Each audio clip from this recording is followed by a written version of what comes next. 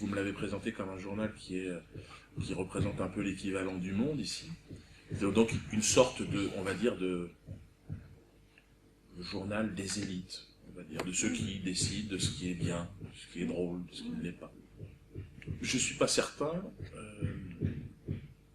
qu'avec l'évolution des choses, ce type de posture, de journaux, puisse résister en réalité à ce qui se passe sur Internet. C'est pour ça que j'ai accepté, alors que je refuse régulièrement de répondre aux questions, puisque je crois avoir fait le tour, on va dire, de ce que représentent les médias institutionnels, ce qui représentent...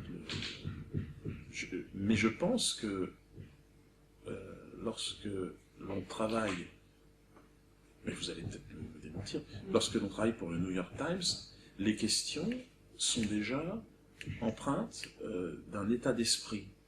Je peux me tromper, je ne crois pas en l'objectivité des journalistes. Mais lorsque l'on représente une enseigne aussi brillante que celle-là, je ne vois pas comment, et dans mon esprit, le New York Times est un journal qui sert, peut-être que je me trompe, vous avez certainement, on est dans les pages culture, mais qui sert de toute façon une culture pro-américaine, une culture de cette armée américaine, si vous voulez, de cette toute-puissance américaine, de ce rêve américain qui n'est pas le mien, du tout, à un niveau où je pense que c'est un cauchemar américain. Pour moi, c'est comme ça que je vois les États-Unis. Mais je sais qu'il y a des gens qui, aux États-Unis, pensent comme moi, d'ailleurs, qui vivent... Pour moi, c'est le pays des serial killers. C'est magnifique, d'ailleurs, avec des performances extraordinaires ces derniers temps. C'est le pays du rodéo. On monte sur une vache, sur un taureau, on lui serre les couilles, et puis on essaie de rester le plus longtemps possible dessus. Ce sont des jeux étranges, que dans d'autres pays, on peut ne pas comprendre. Je préfère la corrida, à la limite. Ça paraît plus intéressant, c'est plus dans ma... Puis c'est un pays qui va vite, c'est un pays qui prend pas le temps de... Alors on a baigné dans cette culture américaine, et je comprends, mais pour moi c'est vraiment une culture médiocre. C'est-à-dire certainement la culture la plus médiocre et la plus... par rapport à notre espèce humaine, certainement l'étape la plus insupportable en réalité. Bon. Je ne pense pas que l'humanité retiendra cette étape. Je ne pense pas. Enfin, parce qu'elle finalement, elle n'a pas, pour moi, quand j'observe l'histoire, j'ai la sensation qu'il y a un raffinement dans notre espèce, l'espèce humaine, que l'on ne retrouve pas aux États-Unis. À aucun moment, aucune étape. Que ce soit au niveau de la pensée, au niveau de la philosophie, au niveau de la culture. Il y a une démonstration de puissance militaire, mais qui n'est pas glorieuse en plus. Les militaires américains sont certainement les militaires les plus lâches, les plus pleutres. Ils ne donnent pas envie aux combattants, parce que en discutant... Vous pensez que ce message-là, il a une résonance réelle en France? Non, je pense que la culture occidentale aujourd'hui, la culture américaine qui est en train de toute façon d'inonder l'Occident, cette culture, c'est une culture de tout maintenant, tout de suite et pour moi. Donc de toute façon, le rêve américain, c'est l'idée que chacun puisse réussir à gagner beaucoup d'argent et à dominer les autres. Ce rêve-là est une illusion. Lorsque Obama vient bombarder l'Afrique, je suis terrorisé. C'est toujours ce nègre de maison qui en fait plus qu'on lui demande. Pour moi, c'est catastrophique. Ce qu'ils ont fait en Libye, c'est encore une fois quelque chose de... une humiliation supplémentaire qui use un peu plus la patience de ce peuple patient. La seule origine où il est encore possible pour moi d'avoir une sensation de liberté, je la ressens au Cameroun, où là, alors il n'y a peut-être pas d'eau, pas d'électricité, là où je me trouve, mais j'ai une sensation de liberté. Alors qu'ici, de la naissance à la mort, j'ai la sensation d'être un numéro. Et je pense que les Français sont devenus des moutons, ils en souffrent, ils essayent de se libérer. Mais il y a des endroits du monde où on peut vivre plus librement et mieux. Et en Afrique, par exemple, l'individu est plus pauvre, mais il est plus libre. Ça, c'est une réalité. Mais bon, je suis... pas changer de vie à ce niveau-là, enfin changer de pays. Ah ben moi, je suis entre les deux pays. Ouais. Je pas trop le Cameroun. Voilà, moi j'ai une maison au Cameroun, j'ai ma famille aussi au Cameroun, et puis je me bats pour que la France aussi redevienne libre. Je fais partie, moi, de ce monde qui essaye de rester libre, qui s'accroche, qui se cache dans la forêt, et qui, sous les drones aujourd'hui, et sous les billets verts ou l'euro. Ouais. Donc alors, qu'est-ce qui est sérieux? Qu'est-ce qui est pas sérieux? Ça, c'est... Eh bien ça, j'attendais cette question du New York Times. Le New York Times n'est pas un journal sérieux. Et moi, je suis pas sérieux non plus. Moi, je ris. Mais je pourrais rire de beaucoup de choses du New York Times. Beaucoup de choses. C'est un journal de blagues pour moi. Rien n'est sérieux dans ce journal. Il suffit de lire les conclusions qui sont faites ici et là sur les grands événements qui ont bouleversé ces dernières années pour comprendre que le New York Times, le 11 septembre, c'était évidemment la fête du New York Times, où là on a pu lire tout et n'importe quoi. Moi je n'ai pas d'avis, il faudra aller voir Thierry Messant, par exemple, ou des Français qui sont aujourd'hui opposés à la version du New York Times sur les événements.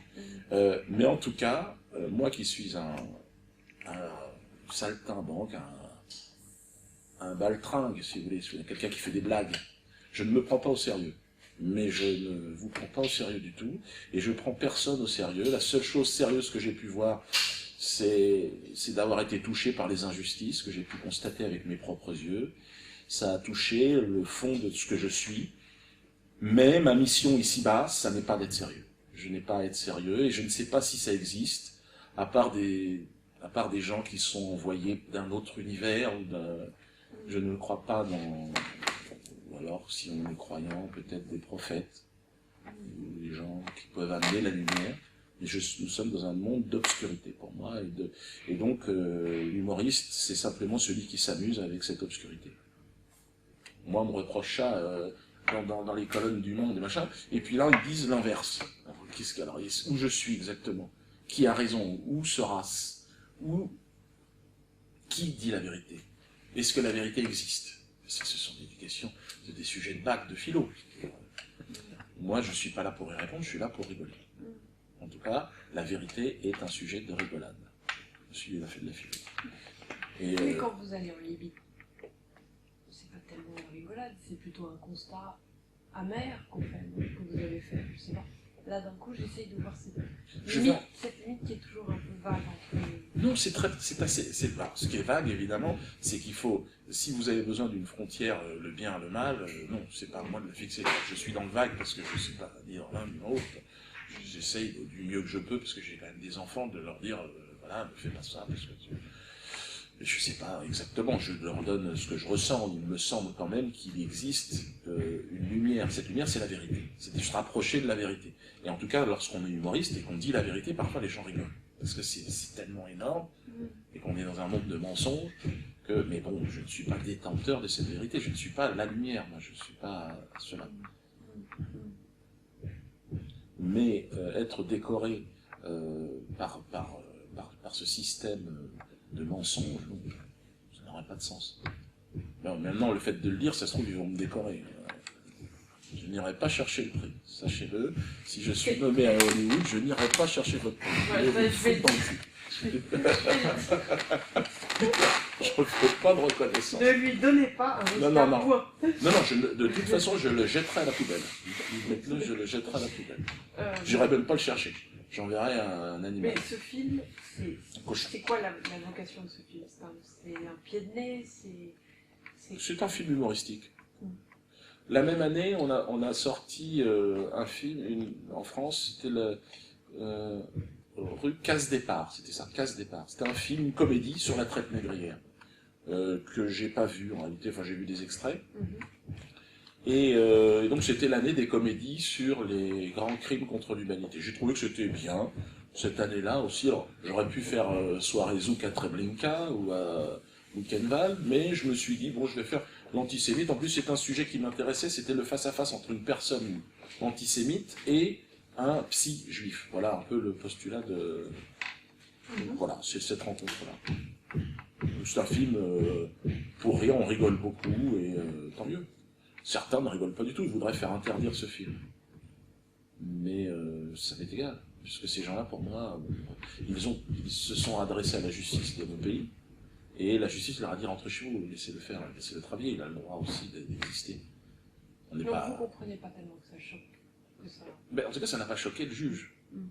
Alors si ça choque des gens, tant mieux, quelque part, parce que c'est quand même l'objet du rire, c'est d'aller provoquer quelque chose, une réflexion. Maintenant, l'adhésion, vous savez, ce film sur la traite négrière, il y a plein d'Antillais qui ont trouvé ça déplacé, ont été choqués.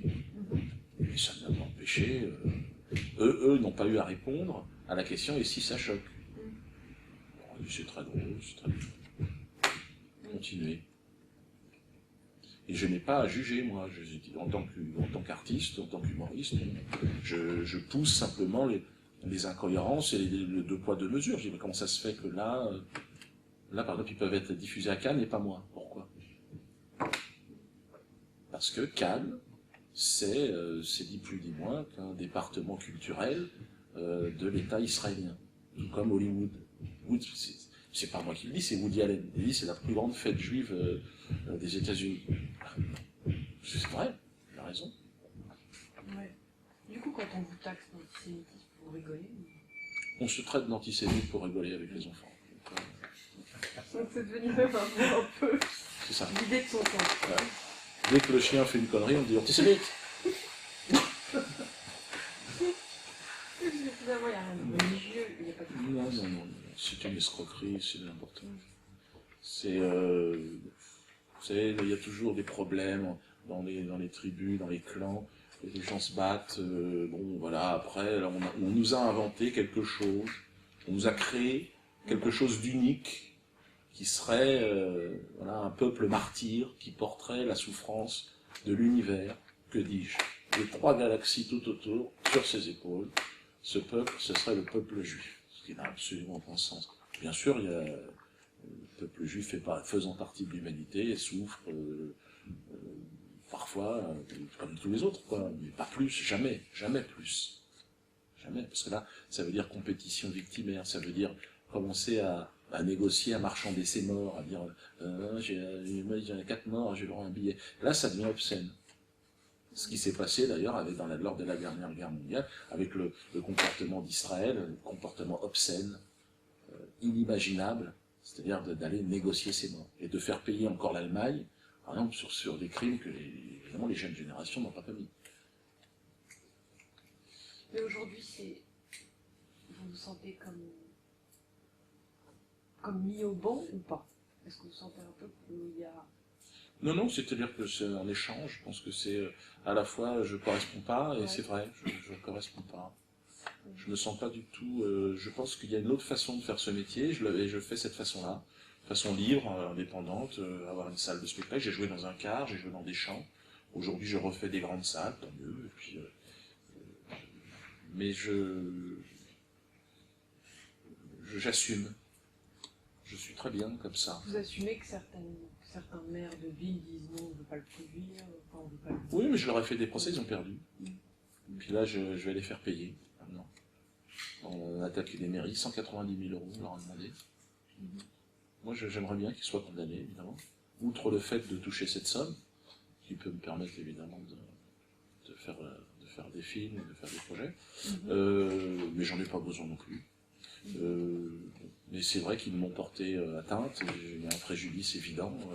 Je n'ai pas pu jouer, tous les spectateurs n'ont pas pu voir mon spectacle, je n'ai pas pu vendre mes places, pas pu vendre mes DVD. Voilà, tout ça, ça fait un manque à gagner. Voilà, c'est un juge de trancher, quoi. 2 fois, vous avez dit que vous avez été... Oui, j'ai été condamné. Alors là, on part à la Cour européenne pour voir si c'était vraiment... donc c'est pas définitif, mais il y a une ou 2 décisions définitives. Ouais. Mais ça vous pas plus que ça. Si ça devait me préoccuper, normalement, Arthur, par exemple, le présentateur, devrait être préoccupé. Il a été condamné aussi de manière définitive. Marc-Olivier Fogiel, l'odeur des Noirs, ça le dérangeait aussi, il a été condamné de manière définitive. France Télévisions a été condamné pour un SMS sur l'odeur des Noirs. Je pense pas que ça les préoccupe plus que ça. On ne voit pas pourquoi j'irais me faire des cheveux blancs alors que boivent du champagne. Est-ce que c'est justement ce théâtre-là, c'est un peu votre espace, votre liberté d'expression à vous? Oui, mais il faut pas s'attacher aux endroits, faut pas s'attacher aux choses. Moi, j'ai pu jouer aussi dans un autocar, j'ai joué dehors. Oui, c'est évidemment très pratique, mais c'est un outil. La propriété, la notion, tout ça, je pense qu'il ne faut pas s'attacher aux choses. Mais ceux qui sont ici, qui font des spectacles ici, vous les choisissez d'une certaine manière, c'est-à-dire que vous essayez de faire en sorte qu'il y ait dans ce théâtre, que ce soit cohérent avec ce que vous... Non, il y a de tout, il y a des spectacles pour enfants, là il y a un spectacle au pays des sushis, une comédie burlesque, il y a un spectacle en anglais, non, c'est très très varié, en fait il n'y a pas du tout de... C'est pas des... Vous regardez pas trop la programmation. Non, au contraire, que ce soit différent et complémentaire. Celui que vous jouez maintenant, comment est-ce que vous caractérisez par rapport aux autres? Je sais pas. Rendez-nous Jésus, c'est-à-dire vous nous avez pris Jésus, rendez-le nous. Les marchands du temple, ceux-là même que Jésus a chassés, nous l'ont volé. Ils nous l'ont pris, ils parlent en son nom aujourd'hui, et donc voilà, il faut nous rendre parce qu'il nous manque, cette lumière nous manque. Je ne fais pas de différence entre un musulman, un chrétien sincère, c'est des gens qui croient en quelque chose et qui surtout, je veux dire, le système est en train de chasser les religions, alors que les religions, c'est pas le problème en réalité. Le problème, c'est les voleurs, ce sont les menteurs. Donc voilà, moi j'essaye et je me dis qu'il y a des gens sincères aujourd'hui, je suis sûr que qu'ils soient croyants ou non croyants, des gens sincères, voilà, qui sont conscients que nous sommes en train de vivre un tournant, où le mensonge est trop énorme. Mais alors rendez-vous Jésus, je me dis comme ça, peut-être que j'aurai la réponse en regardant, mais c'est de dire quoi, qu'on a été pollué par les autres religions? Non, c'est-à-dire que vous avez grandi dans la religion chrétienne, vous? Oui. Alors, à un moment donné, Barabbas et Jésus sont sur le pouvoir romain s'en lave les mains. Bon, et là, ils prennent un tueur, un violeur, Marc Dutroux, ils le mettent à côté de Mère Teresa et ils disent, alors, vous voulez qui? Et là, ils disent, rendez-nous Barabbas. Et si on avait dit rendez-nous Jésus, si nous on avait eu le courage à ce moment-là, si nous on avait dit rendez-le nous en fait, quel monde, dans quel monde on vivrait dans quel monde? C'est cette idée qui a apporté ce spectacle. Il y a d'autres projets là, en cours? Ouais, j'ai un film qui va sortir, qui s'appelle Métastase. Vous avez été super productif. Oui, c'est un petit peu la force, on va dire, de la situation dans laquelle on se trouve, c'est que il y a une créativité. Moi, je travaille beaucoup là comme ça, c'est-à-dire pression, expression. Et comme je ne manque pas de pression, je manque pas d'expression. Et Métastase, ça va être... C'est un film sur le cancer. Oui. Il n'y a absolument pas de question d'Israël dedans. Il n'y a rien du tout. Il y a vraiment, normalement, il ne devrait pas y avoir de problème. Mais c'est pas sûr non plus. Je vais vous laisser parce que je me dis que moi. Désolée. Non. J'ai pris pas mal de temps.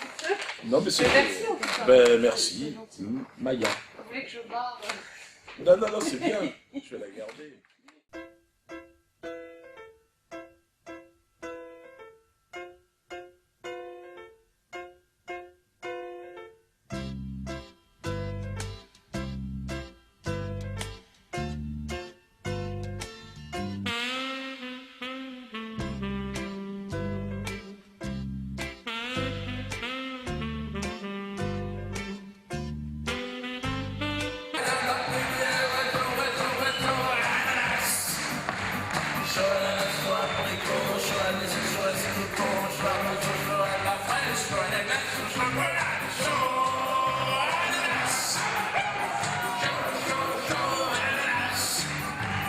Tu me tiens par la joie.